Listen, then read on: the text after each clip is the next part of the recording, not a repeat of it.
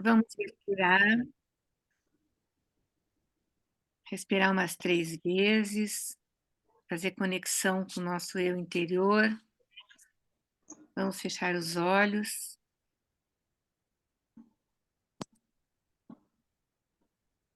Pensemos na nossa condição de peregrinos no Vale da Terra. Lembremos nossa meta luminosa de amor, compaixão. Unamo-nos num esforço conjunto para que possamos receber a ajuda dos que sabem e podem. Que sua força nos assista, seu amor nos envolva e sua sabedoria nos guie através dos minutos, dos anos, dos séculos, irradiando por todo o sempre paz, amor, sabedoria para todos os seres. Especialmente hoje, vamos pedir pela nossa querida irmã Tisa, pela saúde dela, que os santos seres a acompanhem nessa jornada. Amém. Amém.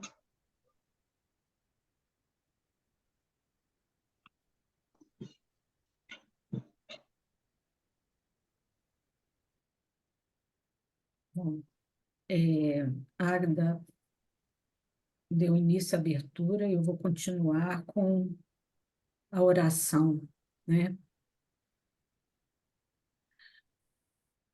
Ó poderes do amor, nós prometemos a nossa fidelidade, sabendo que só o amor pode redimir o mundo. Nós invocamos vossa bênção sobre todos aqueles que se esforçam para servi-lo.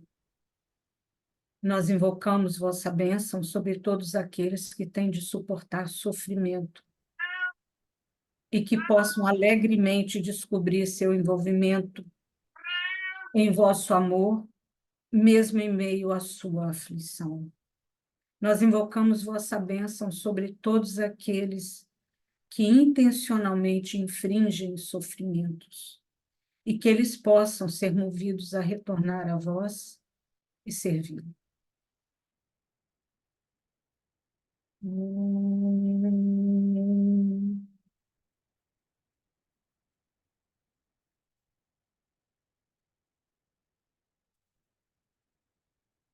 Bom, hoje a Tisa me pediu para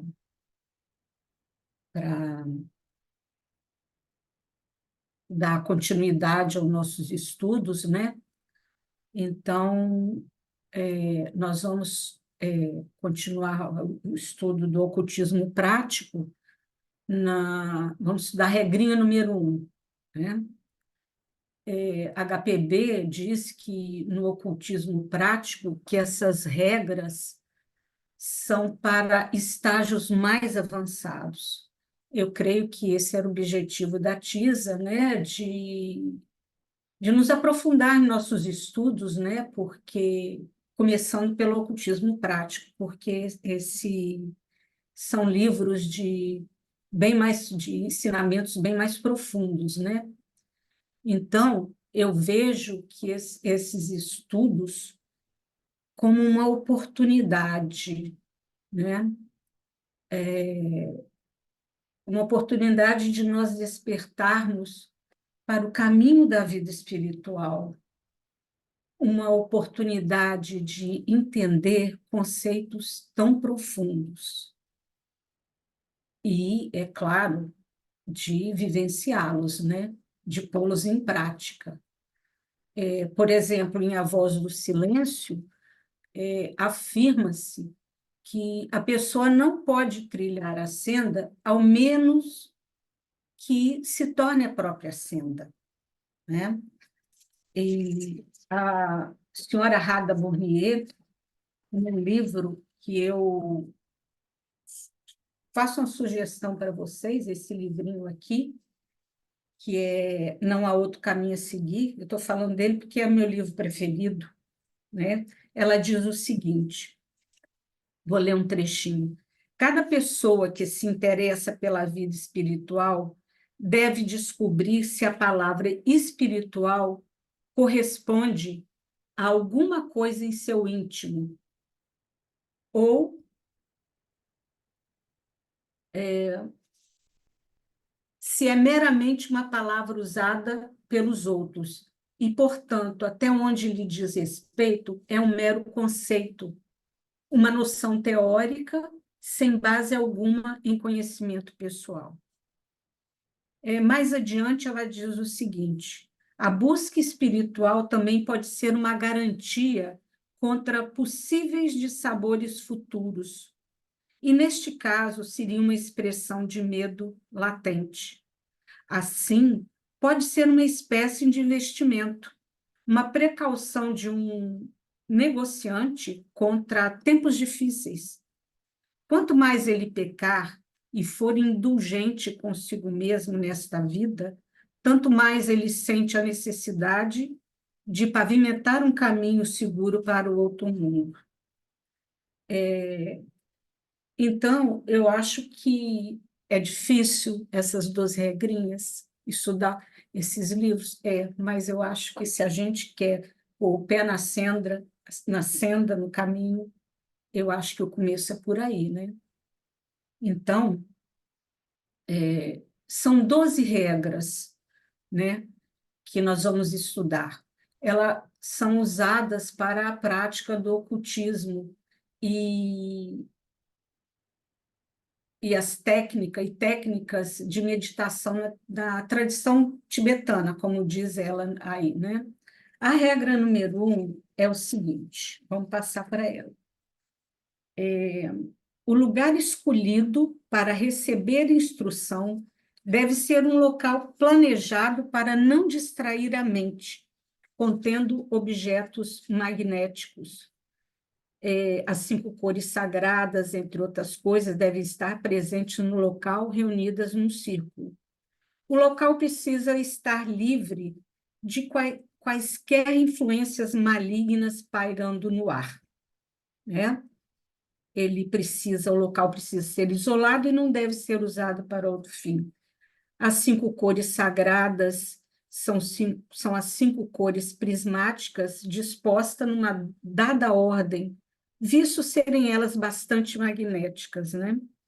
Então, por influências malignas, né, são compreendidas as malquerências, discussões, maus sentimentos, etc. E, numa consideração posterior, é uma das condições mais difíceis de se conseguir. Então,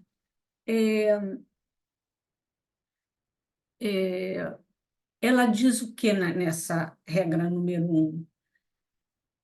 Que ela fala de uma coisa que para a gente talvez não interesse muito agora e não caiba a gente perceber, né, alguma coisa assim. Ela fala do número de pessoas, de cores, mais uma série de coisas que têm grande importância, né?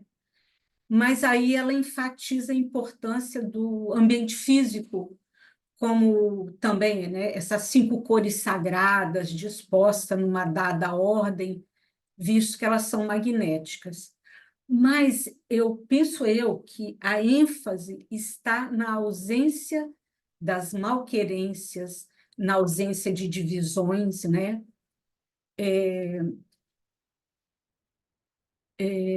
Os maus pensamentos, né?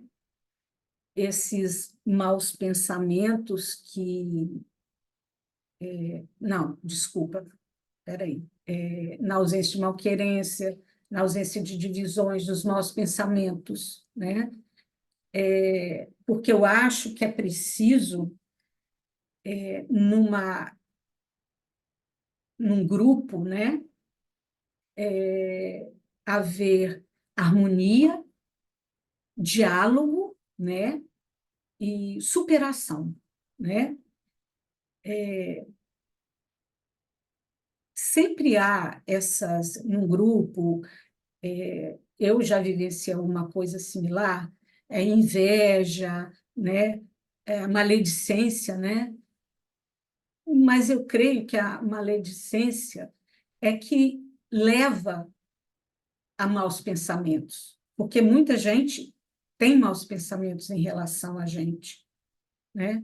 Mesmo dentro de um grupo de estudo da Sociedade Teosófica, mesmo na sua família, mesmo no seu condomínio. Eu acho que essa regra a gente é bem abrangente, né? E, e esses maus pensamentos eles podem tomar forma, né?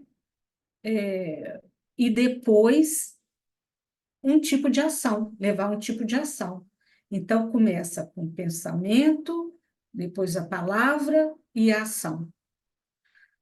Eu lembrei que, aos pés do mestre, né, ele diz assim que a maledicência é considerada quase tão importante quanto a crueldade e a superstição, né? Eu acho que nós deveríamos meditar sobre o que a maledicência produz, né? E a luz no caminho também, uma coisa que me veio na cabeça, que isso foi muito importante para mim, marcou muito, diz que não existe amigo nem inimigo, que todos nós somos, que todos são nossos instrutores, igualmente, né? Então, eu estou enfatizando essa parte da união do grupo, né? Da não separatividade, né? E eu acho assim que nós devemos compreender as pessoas que fazem parte do nosso grupo. É o grupo, eu penso, que é o grupo que nós merecemos trabalhar. Por isso que eu estava falando com vocês hoje, antes da entrada, falando com a Águida, que eu não sei como eu cheguei até aqui. Por isso que eu acho que esse é o grupo que eu tenho que trabalhar, né?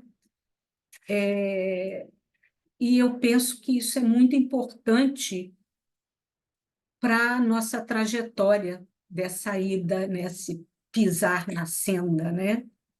Eu lembro também outra coisa que me marcou muito, eu não sei, acho que foi numa palestra do seu Ricardo, do seu Jorge, do seu Arundeio. O seu Arundeio foi presidente internacional da Sociedade Teosófica, que eu acho que ele pegou o período mais difícil da nossa atual humanidade, que foi a Segunda Guerra Mundial, né? Ele diz uma coisa: juntos, diferentemente. Então, a partir daí, eu comecei a perceber, porque eu vim de uma loja, passei por um gueto, cheguei aqui. Aí isso fez parte do meu aprendizado, né? Então, eu acho assim que cada membro, eu compreendo que a gente tem que compreender que cada membro tem uma natureza interior diferente dos outros e que cada um se encontra num estágio evolutivo diferente, né? Mas isso não quer dizer que a gente não possa estar junto, estudando junto, né? Eu li também em algum lugar, que eu também não lembro onde, que eu gosto muito de ler, é que o grupo ele deve ser como uma orquestra sinfônica, né? E para executar uma bela obra, nós temos que estar em harmonia, né? O meu instrumento, né, a minha personalidade, deve estar afinado com os demais, né? Então, foi isso aí que foi meu entendimento dessa regra número um, né? Eu acho que também muito importante a ser dito que deve-se considerar a importância do estudo e da reflexão, que eu li a regra, pô, legal, que bacana, tal, né? Mas eu preciso refletir, a respeito, né? E eu acho que a gente tem que refletir sobre um ideal elevado. Eu acho que nos nossos esses estudos, né, mais aprofundados, nos levam a refletir sobre esse ideal mais elevado. Então, é isso aí. Eu passo a palavra para vocês, né, para vocês falarem alguma coisa.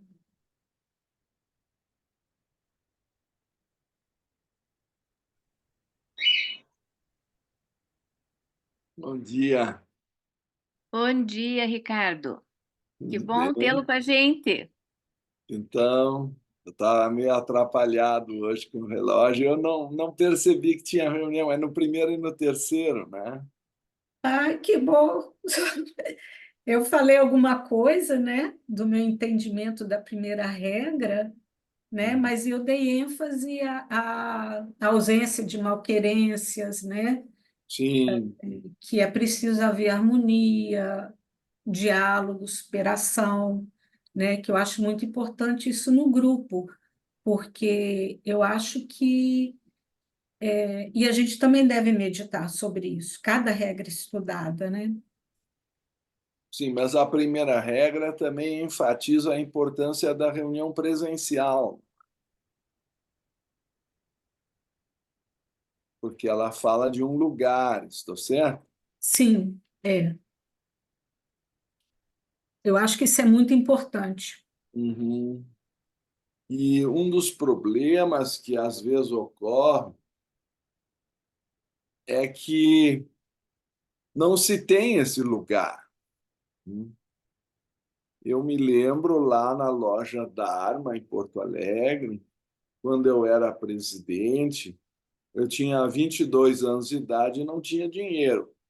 A gente estava comprando a sede, e então, dia 21 era uma dificuldade para conseguir botar o dinheiro no SFH, a gente estava comprando, levou 16 anos, pingando lá no sistema. Na época chamava BNH, né?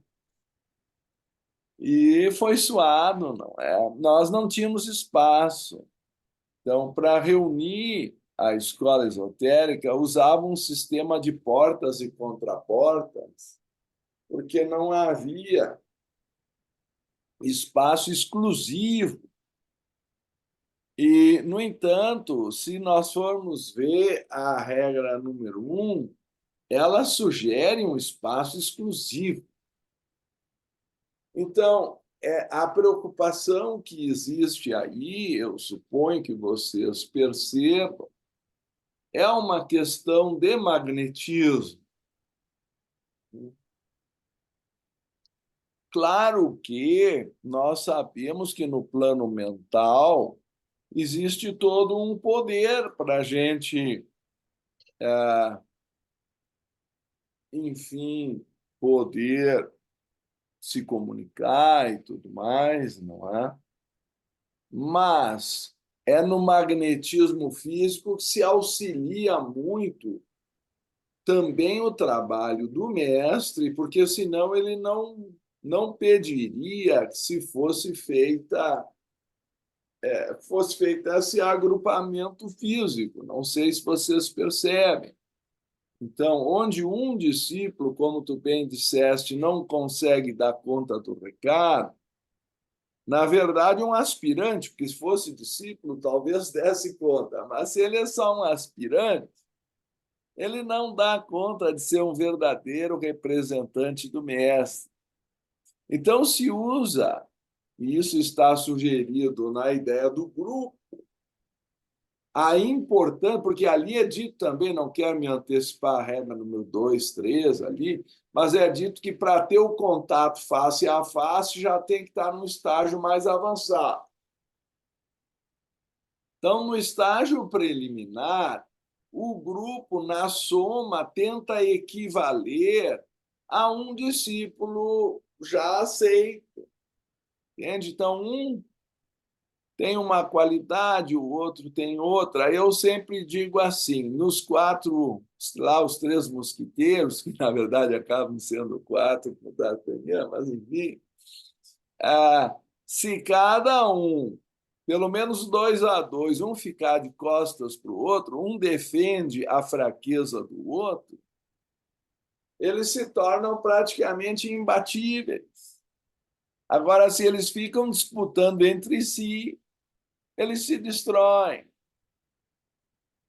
Então, se eu consigo compreender que a fraqueza do outro é a área onde eu posso ajudar no grupo, e que eu posso contribuir com algo que talvez o outro não possa, e houver esse espírito de fraternidade, nós conseguimos compor um discípulo onde ele não existe. Aí, na somatória, na integral, a gente faz aparecer um discípulo e o mestre tem condições de jorrar uma energia que individualmente não se conseguiria produzir.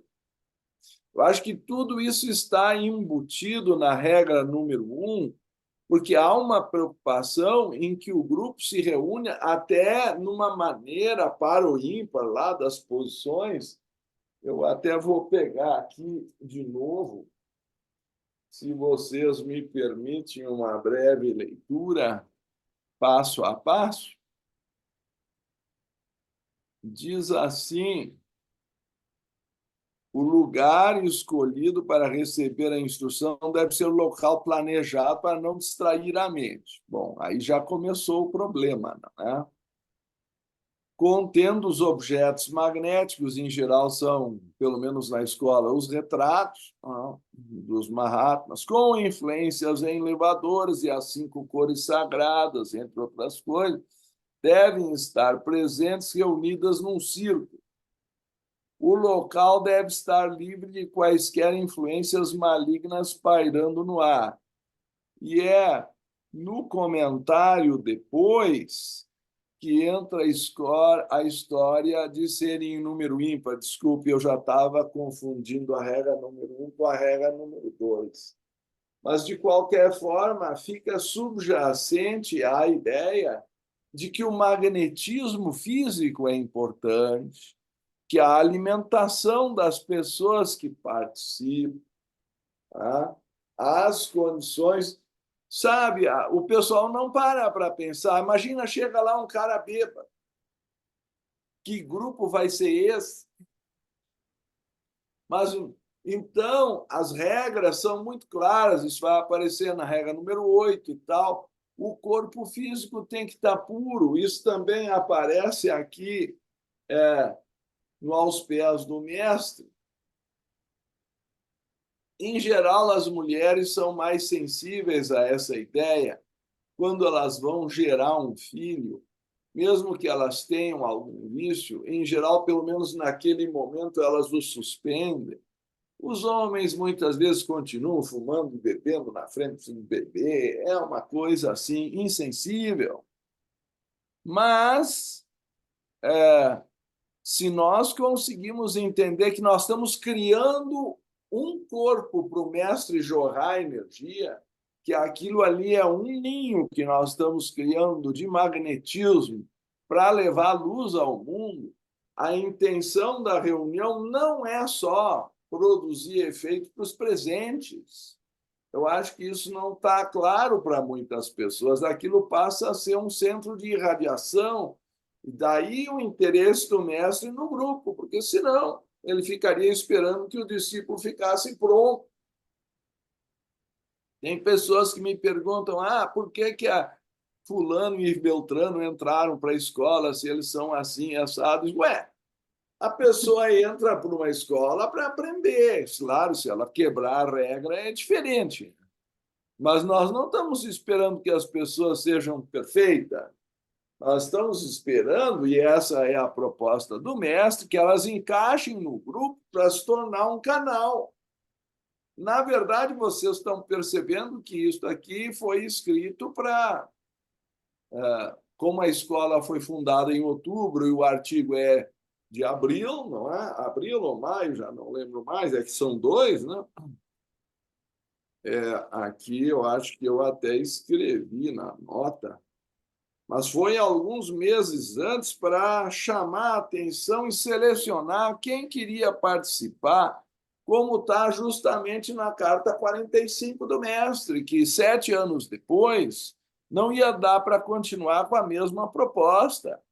Se vocês leram a Carta 45 do Mestre Moria, o Mestre Moria é assim, vamos chamar, muito objetivo. Ele está precisando de um grupo de pessoas que se ofereça para trabalhar. Não é um grupo de curiosos que não é. Então, fazendo turismo esotérico na sociedade teosófica. Então, o nível de compromisso é outro, mas existem regras de harmonia, que eu acho que a Margarete salientou muito bem.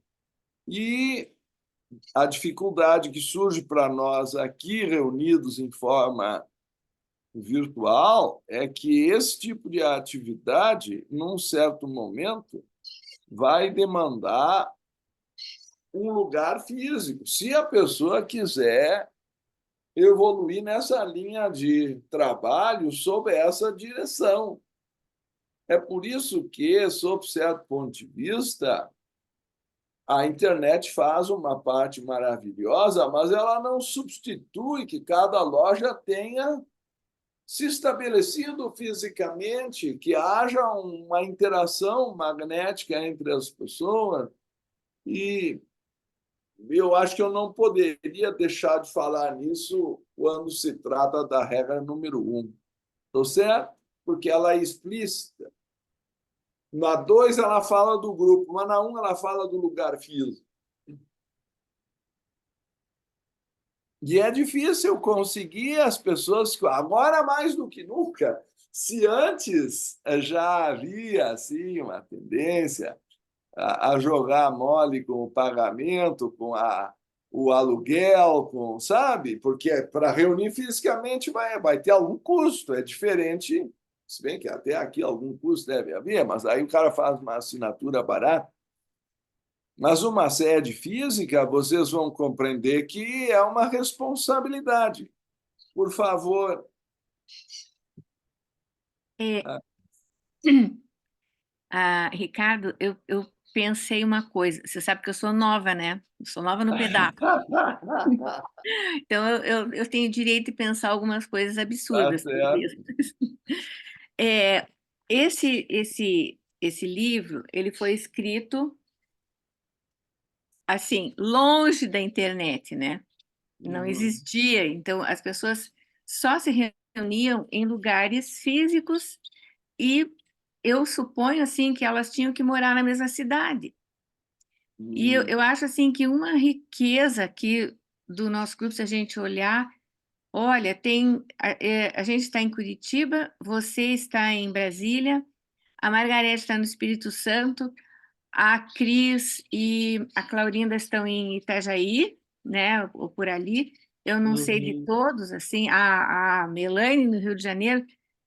E a Margarete falou no começo da oportunidade, né?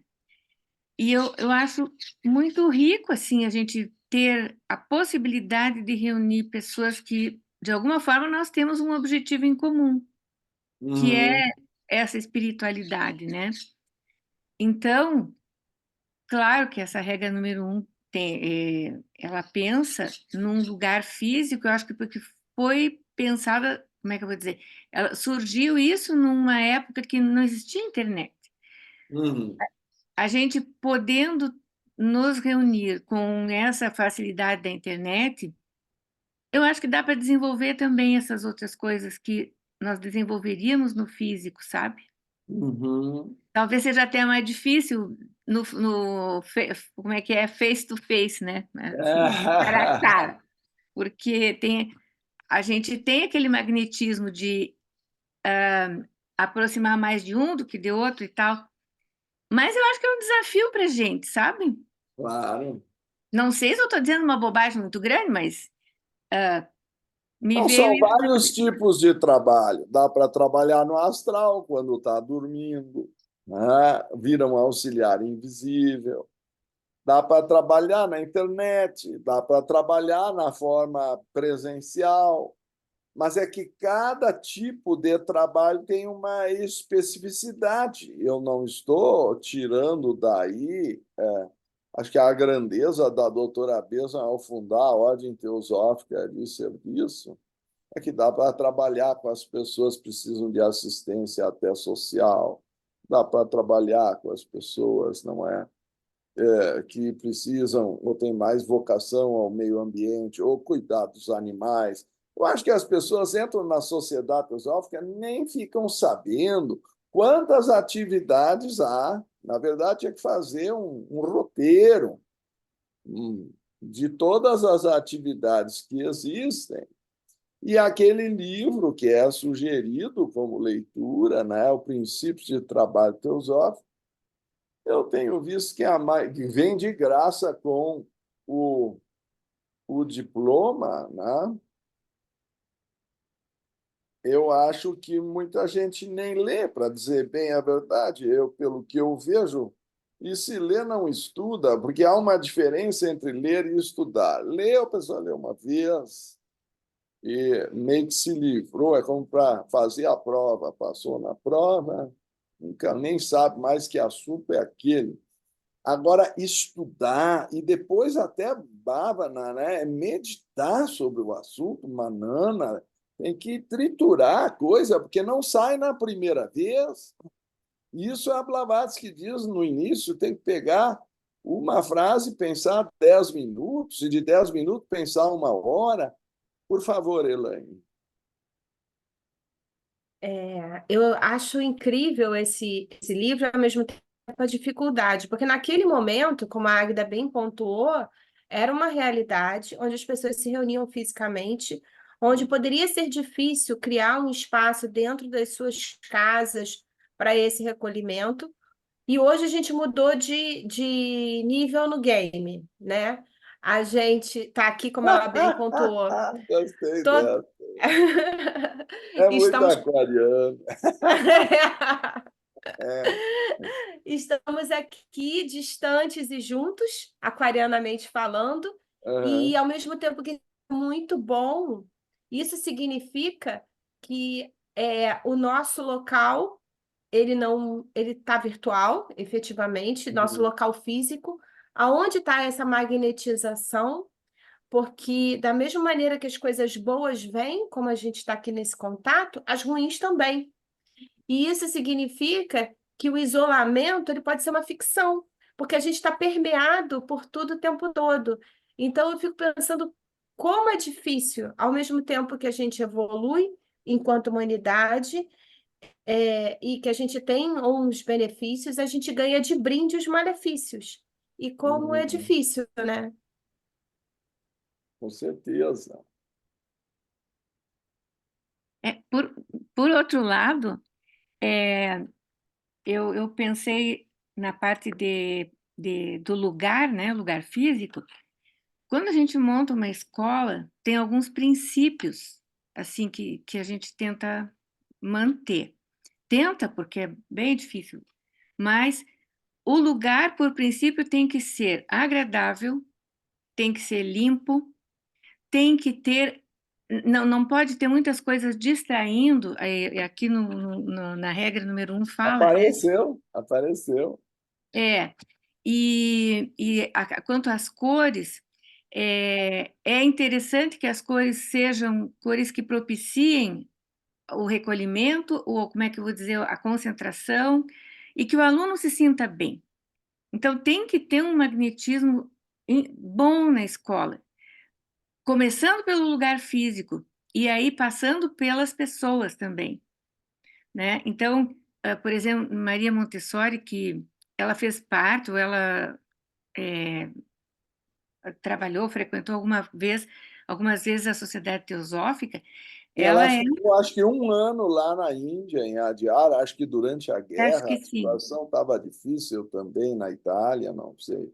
é, ela foi uma pedagoga, ela era médica, mas ela foi uma pedagoga assim brilhante, e ela abriu as portas e abriu a cabeça das pessoas de educação para isso, que a criança tinha que ter um ambiente agradável, organizado, para ela poder se organizar interiormente também, né? E aí ela ser receptiva, se ela tiver um ambiente receptivo. E aí, por aí vai, né? Hum, é perfeito, perfeito. E hoje a gente vê as escolas assim, meu Deus, olha, até pichação nas paredes, tanto internas quanto externas. Pois é. Eu Vai, acho vai. que o princípio do magnetismo meio está perdido entre a nossa cultura, não é? Por favor, Margarete, tu botaste o aplauso aí que eu fiquei em dúvida. Ó, eu coloquei errado, desculpa. Eu estou com um problema muito bonitinho na minha vista esquerda, Ah, mas desculpa. sim. Não, em relação à loja, ao ambiente físico, esse Hum, magnetismo, certo? Então, como a Agda falou, você coloca isso quando eu tinha na loja lá, né, hum. na antiga, as pessoas queriam pendurar muita coisa, fazer fitinha, luz, não sei o que lá. Muita gente virava a cara para mim, porque o que a Agda falou, eu falava para eles, né? Então, tá, você cria aquele. Existe um magnetismo, certo? Então, vamos dizer assim, é uma coisa que aconteceu, tá? Você tá na loja, você faz a abertura, tá lá, senta perto, e uma pessoa, já um membro mais antigo, senta perto de você, exalando álcool. Pois é. Aí, e eu não percebi, porque eu estava longe, a outro membro falou comigo e tal. A minha pergunta é: o que que acontece nesse ambiente quando uma pessoa entra, que é membro, entra assim? Ou quando uma pessoa, que eu também já vivenciei, desse mesma pessoa que grita, que ofende, magoa outro membro, o que que acontece com o magnetismo desse ambiente? Qual a influência nisso para os outros membros e para o ambiente? É claro que acaba perturbando muito, não é? É por isso que na carta 45 vocês vão encontrar que o mestre sugere a formação de uma estrutura interna, não é? Que na chave para a teosofia foi chamada de sessão interna. Porque quando tu reúne um grupo de meditação, como eu me lembro, aliás, eu não vou dizer o nome da cidade para não criar constrangimento, mas havia um grupo de curas da Sociedade Teosófica, na verdade ligada à Ordem Teosófica de Serviço, e eu sei que uma senhora incorporou no meio da meditação. Em outro lugar, chega o cara bêbado, como tu estás falando. Em um terceiro lugar, dá um bate-boca no meio da reunião. Tá? Então, por essas e por outras, existe uma diferença entre o ocultismo teórico, que é o que nós estamos fazendo aqui em estudo, e o ocultismo prático, que tem regras. Então, esse livro tenta mostrar a necessidade desse segundo nível de trabalho, que a Elaine diz que é um outro nível do game, ah, e como o mestre vai, de alguma forma, a partir do grupo, selecionando quem está pronto para ser discípulo. Vocês têm que compreender, eu suponho, que tenham já percebido, mas eu vou enfatizar, que esse texto é de 1888. A Sociedade Teosófica, então, estava recém fazendo 13 anos, estou certo? 13 para 14 anos. Era já outubro, quando lançaram a, a doutrina secreta. Mas era ainda abril quando foi lançado na revista Lúcifer o artigo que nós estamos estudando. Então, as pessoas no Ocidente provavelmente não tinham a menor noção do que seria a, a disciplina de um mosteiro tibetano. E ela está tentando mostrar, ninguém aqui está sendo solicitado a ir para o Tibete como a Blavatsky foi, mas ela está tentando demonstrar que há uma necessidade de uma ambiência diferente para esse tipo específico de trabalho. Então, eu acho que, na medida em que nós queremos que isso avance, nós temos que nos dedicar a fazer a coisa chegar ao nível físico. Mas, por outro lado, a grande divulgação que nós temos hoje, veja, eu chego na loja aqui, eu reúno o grupo de membros, eu às vezes estou com 5, 10 pessoas, dependendo do horário.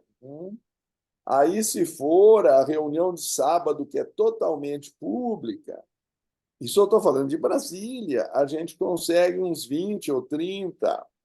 Mas se eu dou uma palestra na internet, somando os 30 que já estão presentes mais o YouTube, eu passo de 100. Entende? Então, em parte, a divulgação da teosofia cresceu muito, mas, no outro sentido, esse trabalho específico do ocultismo prático ficou um pouco mais difícil de ser feito, até onde eu entendo, porque as pessoas não percebem que tipo de dimensão de trabalho é este. Não é? E daí acho a importância da gente estudar também esse livro. Vocês, suponho, leram também Os Mestres e a Senda, que nós estamos estudando às terças-feiras. Aí tem todos os estágios, desde do aspirante, o discípulo em prova, o discípulo aceito, o iniciado. São disciplinas progressivas. Aí a gente pensa assim, o Damodar foi morar com os mestres lá no Tibete. Que doideira, por que que ele fez isso e tal? Mas tem que ver o estágio de treinamento que estava Damodar. Aliás, foi o único que a gente tem na história, pelo menos a história conhecida. De repente tem uma história oculta que não foi do divulgado. O único discípulo que triunfou plenamente a ponto de morar com os mestres na casa deles, que se tem a notícia nesses últimos 148 anos, foi o Damodar.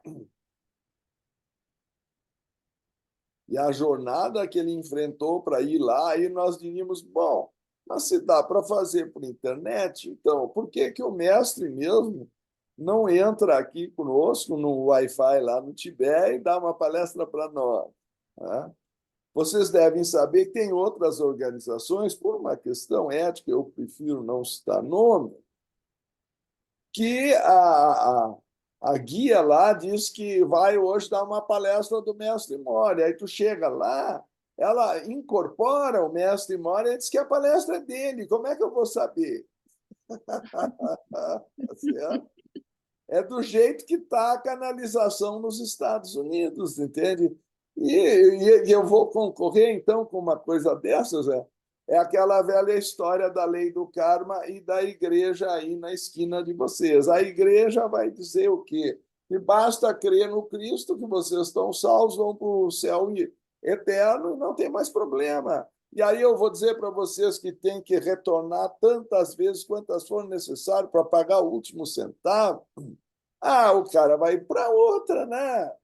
Vou concorrer com isso? A proposta é muito mais vantajosa, basta crer, ele já pagou os pecados por mim e ainda vou para o inferno, para o céu eterno, né? E os outros é que estão indo para o inferno porque não creram. Essa é a cabeça do povo. Converte um monte de gente lá, até nos presídios. Agora, que chance eu tenho de convencer a pessoa no ensinamento teosófico que demanda tanta transformação do indivíduo? É um caminho difícil, né, seu Ricardo? Mas eu acho que é para quem despertou, eu É. acho que é para quem se compreendeu, porque a sociedade teosófica ela não força ninguém, tem liberdade de pensamento. Resta saber se ela compreendeu a disciplina. Então, se a pessoa quer seguir, pôr o pé na senda e esse caminho da vida espiritual, no meu ponto de vista, é um estudo que eu estou fazendo com o senhor, aquele livro fantástico que é a Ciência do Yoga. Isso. Então, a yoga preliminar, Tapas, Svadhyaya e Ishvara Pranidhana. Então, eu comecei com tapas. É lógico, os três juntos, né?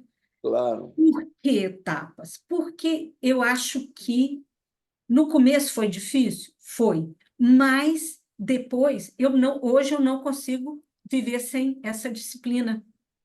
Não consigo. Para mim é estranho o antes, se eu for perceber, né? Se eu for pensar no antes, me deu, vamos dizer assim, fisicamente mais vitalidade.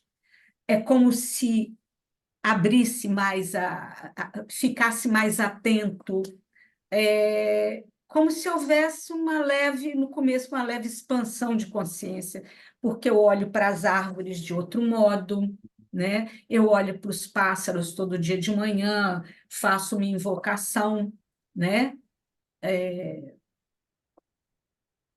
Aos mestres, essa invocação que eu chamo de invocação tão bonita, né? Dos poderes do amor, é todo dia de manhã. E agora eu não vejo o raio do sol, nem a arvorezinha, nem o passarinho.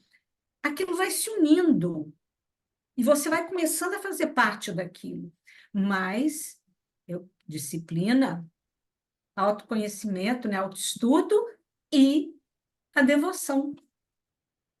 Mas depois as coisas você não consegue voltar para trás, você não Isso. consegue ir para um restaurante, beber, conversar coisas, sabe? É até legal você ir com sua família e tudo, mas para você ir com esse intuito de beber, ou fumar, ou falar coisas, né, que estão falando tão feias por aí, Pois não é. dá, não consigo, sabe? Não consigo.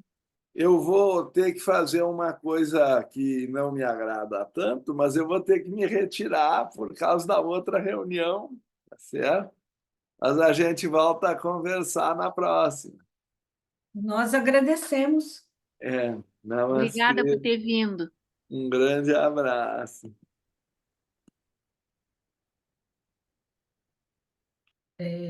Gente, se alguém tiver alguma coisa para falar, né, a respeito do que o senhor Ricardo disse, né, a Águida. Eu acho que aquilo que você falou, que todos somos instrutores uns dos outros, né? Então, não existe uma pessoa que não me diga nada.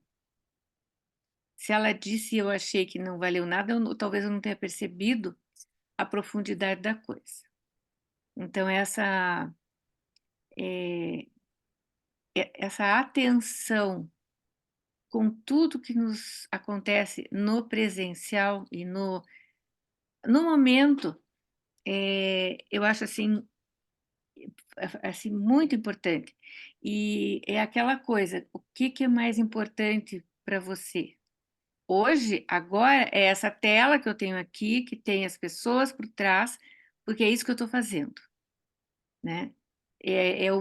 A pessoa mais importante do mundo para você agora é quem está na minha frente, é com quem eu estou me relacionando.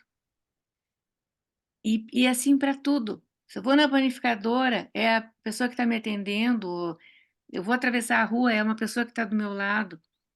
Essa percepção, eu acho assim muito importante que você colocou ali. E o juntos diferentemente também é o nosso desafio de cada dia, juntos diferentemente, né? Acho isso assim Na verdade, legal. na verdade, eu acho que a gente tem que ter o equilíbrio, não é? Nós estamos numa era que o digital é isso. As crianças que estão nascendo, eles vão vivenciar só isso que a gente está vivenciando e coisas que a gente não vai ver, né? Que serão muito mais virtuais ainda. Então nós somos privilegiados, na verdade, porque nós temos a questão de podermos estar junto numa reunião presencial, de ter um local como tem aí a Claurinda, e a Sônia, como temos nós aqui na Dani, como vocês têm aí, enfim, de estar junto. E também existe essa maravilha que é o virtual, como a Elida falou, como a Águida falou, quantas pessoas de estados diferentes estão aqui podendo usufruir do ensinamento, né? E quanto a Sociedade Teosófica e outras, a Nova Acrópole e tantas outras, a própria maçonaria, conseguiu ter essa questão da reunião, do Zoom, do virtual, da chamada de vídeo. Então, acho que a gente tem que ter o ponto de equilíbrio, né? Não ficar nem tanto, não ser ignorante por uma coisa e nem tanto para outra, os extremos, né? É isso aqui que nós estamos fazendo, é necessário. Olha quanto nós estamos podendo trocar informações e aprender uma com a outra, coisa que talvez não, com certeza, quem é que poderia, a Margarete onde está, a Elaine onde está, a Águida onde está, eu e a Claudinha e a Sônia estamos mais perto, hoje à noite vamos nos encontrar, mas no resto é mais difícil de estar. Então, tudo é bom, tudo está no lugar onde deveria estar, só a gente que tem que procurar o equilíbrio para manter o local que nós devemos estar, não é?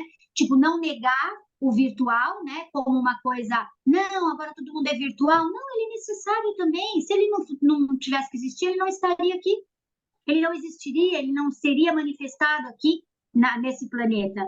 E claro, e o virtual, só que o presencial, só que como a gente veio dessa questão presencial, a gente acha, claro, que a gente vivenciou o calor de estar junto, a reunião, aquele momento de organizar o local de cada um, colocar a sua intenção, a sua disponibilidade, é legal, mas isso aqui também é legal. Então, o equilíbrio, eu acho que é o que a gente tem que procurar, né? Como diz Buda, o caminho do meio, né? É a minha opinião. Eu vejo benfeitoria dos dois lados, tá? Das duas formas, ao meu ver, né? Mas vejo muitas pessoas negando aos dois lados. Os mais antigos negando essa questão virtual e os mais moços negando, achando antiquado as reuniões nas quais a gente acha maravilhoso, entendeu? Então, não tem o bom e o ruim, os dois são bons e os dois são ruins. Depende de como a gente vai ver. É igual o karma. O karma é karma. Se você transforma ele no bom ou no ruim, não é? Então, a gente tem que ver o que é bom. Isso aqui, como a Águida falou, olha que maravilha, isso aqui é maravilhoso, né? Porque nesse momento é o que nós temos aqui, umas às outras. Daqui a pouco vamos para outras reuniões, então a gente tem que parar com esse negócio de subjugamento, sabe, daquilo e daquilo, e tentar trilhar o caminho. Não, vai ser bom essa... Por exemplo, um exemplo. O Ricardo está fazendo faz os estudos de terça-feira, né? Infelizmente, é muito difícil eu conseguir estar presencial. É muito difícil, porque eu estou atendendo bem esse horário. Eu termino de atender entre 8h15, 8... Mas o que eu faço? Eu assisto depois. Não deixo de assistir, eu estou acompanhando o estudo dele. Antes desses auxiliares invisíveis e o mestre Ascend, todos os outros que ele fez, nenhum deles eu deixei de assistir. Nenhum. Porque eu assistia depois. Isso é uma maravilha da Era de Aquário. Que antes, ou você estaria lá presencial, ou você perdia, porque lá presencial você ficava anotando, entendeu? Aí logo depois veio o quê? Veio o vídeo, você filma. Lembra, meninas? A Águida e a Claurinda saiu. A Soninha aqui, a gente ia lá, eu ia com a filmadora para filmar as reuniões, para depois baixar no YouTube ou mandar para as pessoas, aí depois tinha que colocar na nuvem, aí a coisa foi... Hoje em dia, ela está ali no meu guarda-roupa, a filmadora, porque hoje em dia já tem o tal do Zoom, aí teve o tal do Zoom, entendeu? Então, quer dizer, a gente tem que buscar agregar tudo isso de uma forma benéfica, né? E parar com essa guerra, né? Aquilo é bom, aquilo não é, era melhor daquele jeito, a gente não vai correr disso, é isso para frente e ponto final, né? Então, ao meu ver, né, eu tenho que buscar o caminho do meio. Amo as reuniões presenciais, mas amo as virtuais também. Também. E a conexão, ela acontece para cada um, conforme eu quero me aprofundar ou não, entende? Então, eu me sinto conectada mesmo no virtual com vocês, mesmo não as conhecendo, né? Então, acho que é válido também, eu concordo com a Cris, o equilíbrio entre as coisas é que é o ideal, né? Tá bom? Essa é a minha opinião. Que bonitinha, né? Ela fala 4, 3 coisinhas. Eu fico aqui, lá, sorrindo, ó. Ué, é o juntos diferentemente, né? Você sabe que a minha irmã, ela começou a tomar o ayahuasca. Ela levou meu irmão e eles começaram a tomar e ela veio me falar o que eu achava do ayahuasca. Quando ela me falou, eu não critiquei, eu apoiei ela. Porque o momento não era de crítica, porque se fosse de crítica, eu afastaria ela do que eu queria no futuro, né? E eu já tomei o ayahuasca uma vez. Aí eu falei para ela, que legal, Tamis, e como foi? Fui conversando com ela, tal, e tal, não, e eu já tomei 2 vezes, o Lê, que é meu irmão, tomou 3, tal, não sei o quê, e a gente começou a conversar. E eu, nossa, me conta como foi e tal, vibrando com ela, que legal, né? Aí eu comecei a entrar no assunto, resumo da ópera. Eles compraram Carne Dharma, o livro, da Nibeza. Eu falei assim, vamos estudar juntos, né? Esse livro, meu Deus, tem tudo a ver com as visões e as sensações que você teve no ayahuasca. E aí, tudo que ela me falava, eu falava, então, isso está no livro. E eu fui fazendo links com as coisas que ela me falava que estava no livro.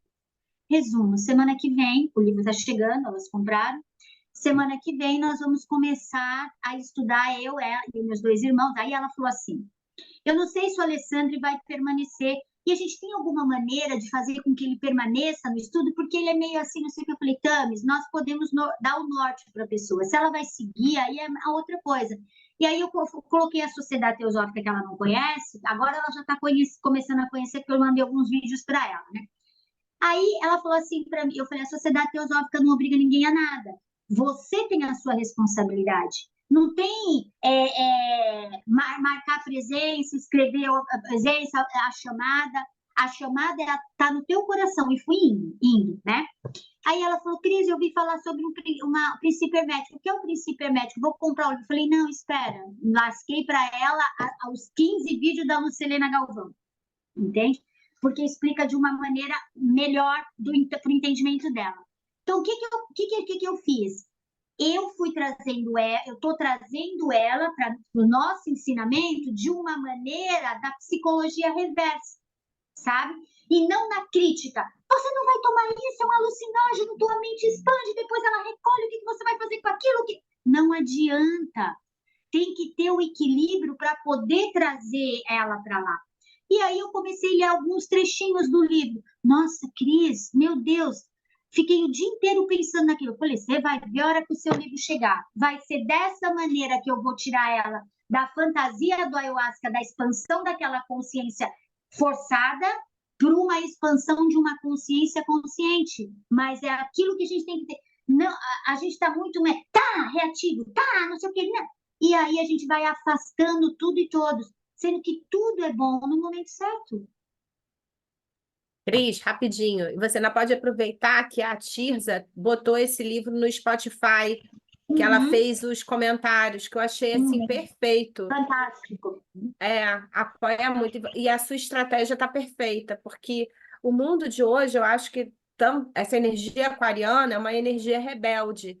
Então, quanto mais você se opõe, mais o outro quer fazer por uma teimosia, porque ela quer se rebelar contra você. A partir do momento que você não faz uma crítica, ao contrário, você troca, quer saber o que é, e você começa a mostrar o que você lê, o que você estuda, isso acaba trazendo a pessoa para um outro lado, porque essa energia aquariana é bem científica também. Então, estudo, investigação, esse debate de ideias é o melhor para o momento. Achei perfeita a sua abordagem. Parabéns. Obrigada. Imagina, a gente vai aprendendo com os estudos teosóficos. E a idade também faz a gente ter um pouco de sabedoria. Não é, Agnes? Gente, já deu 11 horas, mais de 11 horas. Águida, você vai fazer o fechamento ou eu faço? Acho que você faz, Então tá. tá bom? Vamos serenamente, coração, e agradecendo a todos. Obrigada por essa oportunidade maravilhosa de estar aqui com vocês, de aprender com vocês, né? Então, guardemos silêncio nos lábios, amor no coração e paz na mente.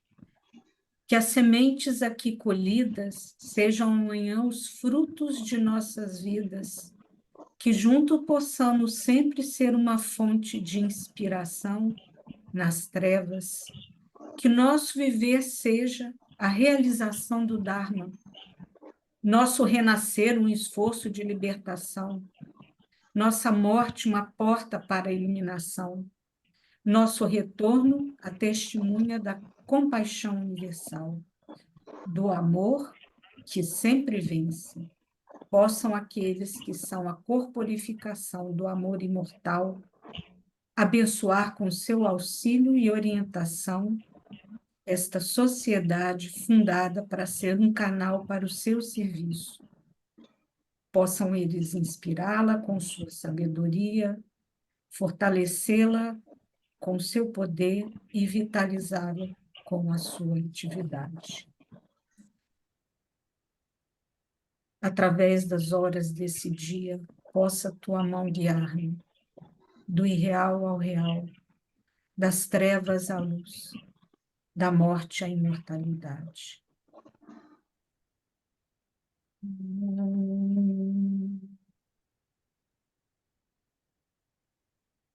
Está encerrada a nossa reunião e a gente se vê, se Deus quiser, na quarta-feira, né, com a TISA bem melhor, bem melhor.